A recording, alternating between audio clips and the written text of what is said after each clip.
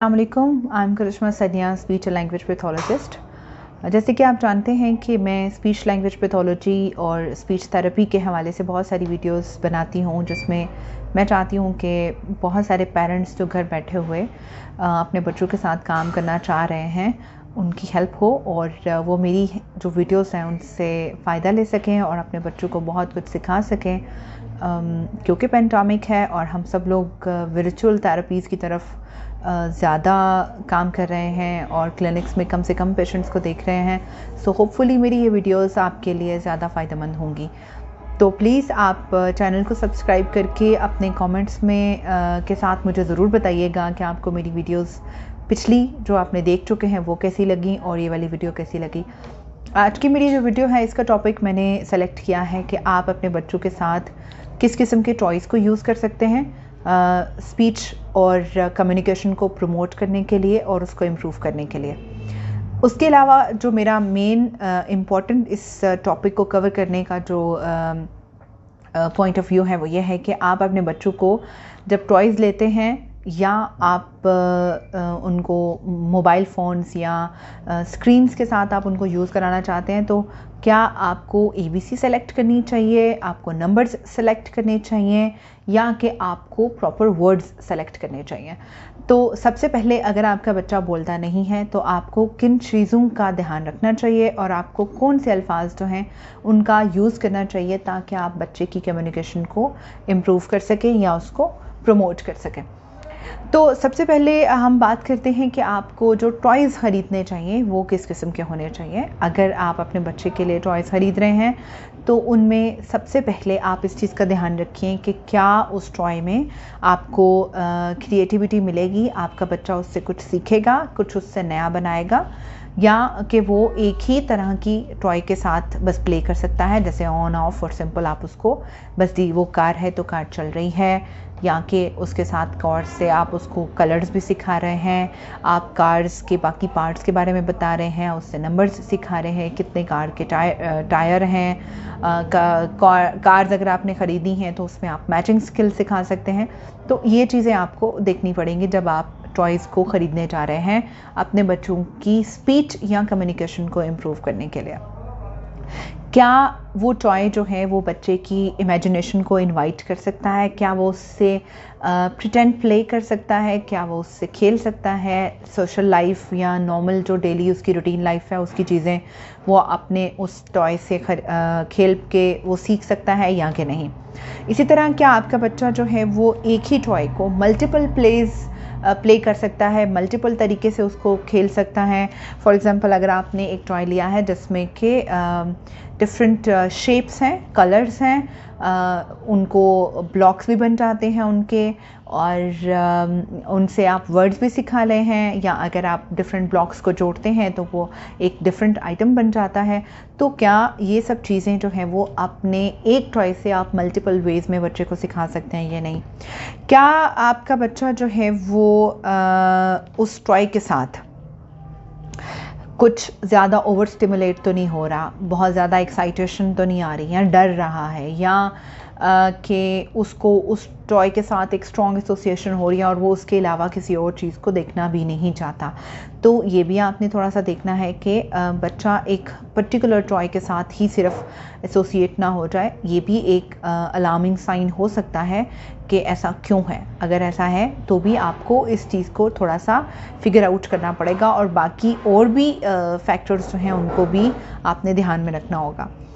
आपके बच्चे को क्या वो टॉय जो है वो इंगेज कर रहा है, क्या वो उसको इंटरेस्टिंग लग रहा है, क्या आपका बच्चा जो है वो उसमें अपना इंटरेस्ट शो कर रहा है, क्या वो अपना टाइम उसमें हेल्दी लर्निंग में इन्वेस्ट कर रहा है, और क्या वाकई ही वो जो टॉय है वो आपके बच्चे के लिए एक फ़ायदेमंद चीज़ साबित हो रहा है या कि जस्ट वो उसको प्ले कर रहा है और उसके बाद वो फेंक रहा है। यहाँ पर एक टिप मैं ये देना चाहूँगी कि अगर आपके पास बहुत सारे टॉयज़ हैं या कम टॉय भी हैं तो आप उस सूरत में ये करेंगे कि आप उन टॉयज़ को शफ़ल करें। आप अगर एक वीक में 2 या 3 टॉयज़ अपने बच्चों को इंट्रोड्यूस कराते हैं तो कोशिश करिए कि आप नेक्स्ट वीक में बाकी जो टॉयज़ हैं आप उनको इंट्रोड्यूस कराएं, और फिर जो पहले आपने यूज़ किए हैं आप उनको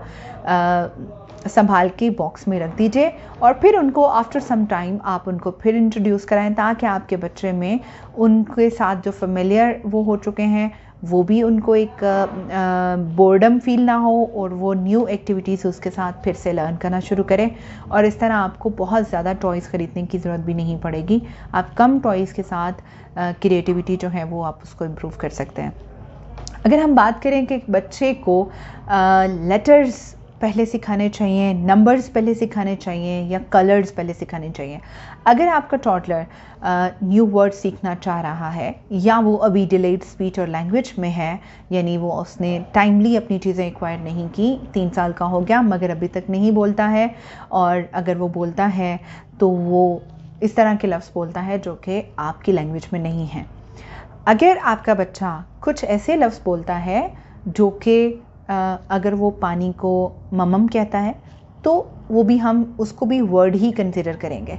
क्या उस बच्चे को उस लफ्ज़ की अंडरस्टैंडिंग है और उससे रिलेटेड उसने वर्ड्स बनाए हुए हैं, तो भी हम उसको वर्ड ही अंडरस्टैंड करेंगे और वो भी एक तरह से वर्ड ही कहलाएगा।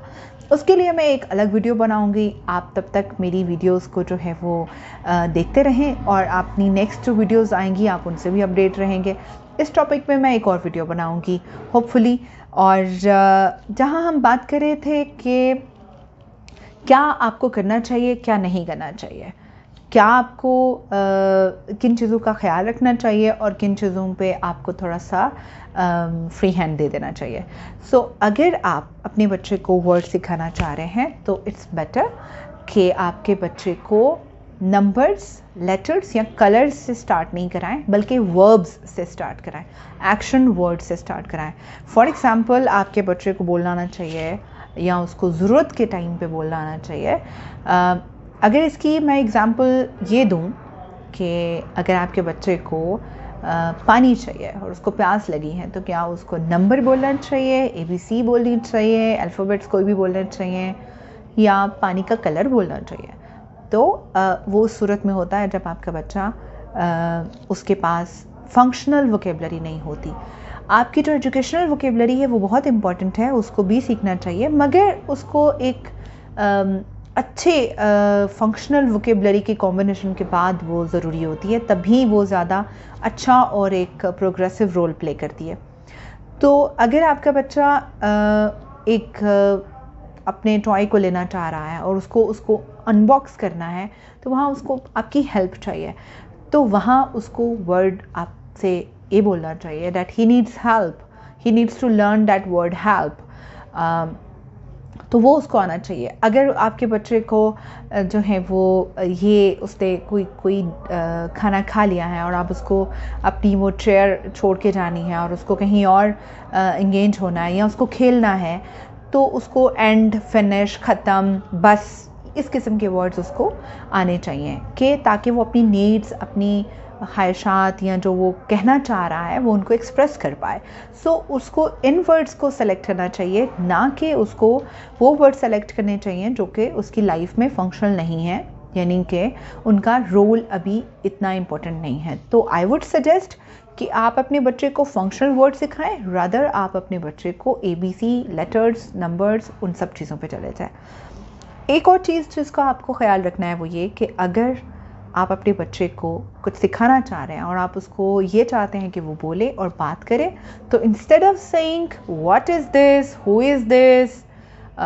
How it is, what he is doing, बजाय इसके कि इट्स बेटर कि आप उनको let me repeat in Urdu कि ये क्या है, ये कौन है, ये कैसे करता है, ये कहाँ से आया है, इन क्वेश्चंस की बजाय इट्स बेटर कि आप वो सवालात आप इस तरह से पूछें कि उनमें जवाब भी मौजूद हो। जैसे कि आपने पूछा व्हाट इज़ दिस और वो एक कार है, तो इट्स बेटर कि आप कहें कि this is a car and it says peep peep, या ये कार है और ये इसका हॉर्न ऐसे बजता है, पिप पिप बोलती हैं, या ये बिल्ली है तो बिल्ली कैसे बोलती है। इस सवाल की बजाय इट्स बेटर कि आप कहें बिल्ली बोलती है म्याऊ, बिल्ली की आवाज़ है म्याऊ। हु इज़ दिस, ये कौन है, डैडी हैं, मम्मा हैं, खाला हैं, फूफो हैं या भाई है, तो बजाय इसके कि आप ये पूछें ये कौन है, तो अभी सबसे पहले तो आप उसको देनी चाहिए आपको वोकैबुलरी कि इसके बदले में वो जवाब क्या देगा। तो पहले आप जवाब तैयार करिए, उसके बाद आप सवाल पूछे। तो बेहतर होगा कि आप ये पूछें डैडी या मम्मी या भाई, ये भाई हैं, भाई को बोलो हाय, हेलो, सलाम, या कुछ भी। तो आई थिंक आपको कुछ टिप्स मिल गई होंगी और जिनको आप इम्प्लीमेंट करेंगे अपने बच्चों के साथ, अपने टॉडलर्स के साथ, और जो प्री स्कूलर्स हैं उनके साथ। अगर वो लेट बोल रहे हैं या वो भी बोलना सीख रहे हैं तो उनको हेल्प करिए, और उनके अगर कुछ ऐसे अलार्मिंग साइंस आपको मिलते हैं या आपको उनके बारे में फ़िक्र होती है तो उसको इग्नोर बिल्कुल ना करिए। अपनी उस फिक्र को डिस्कस करिए स्पीच लैंग्वेज पैथोलॉजिस्ट के साथ, और अपने बच्चे के प्रॉब्लम्स को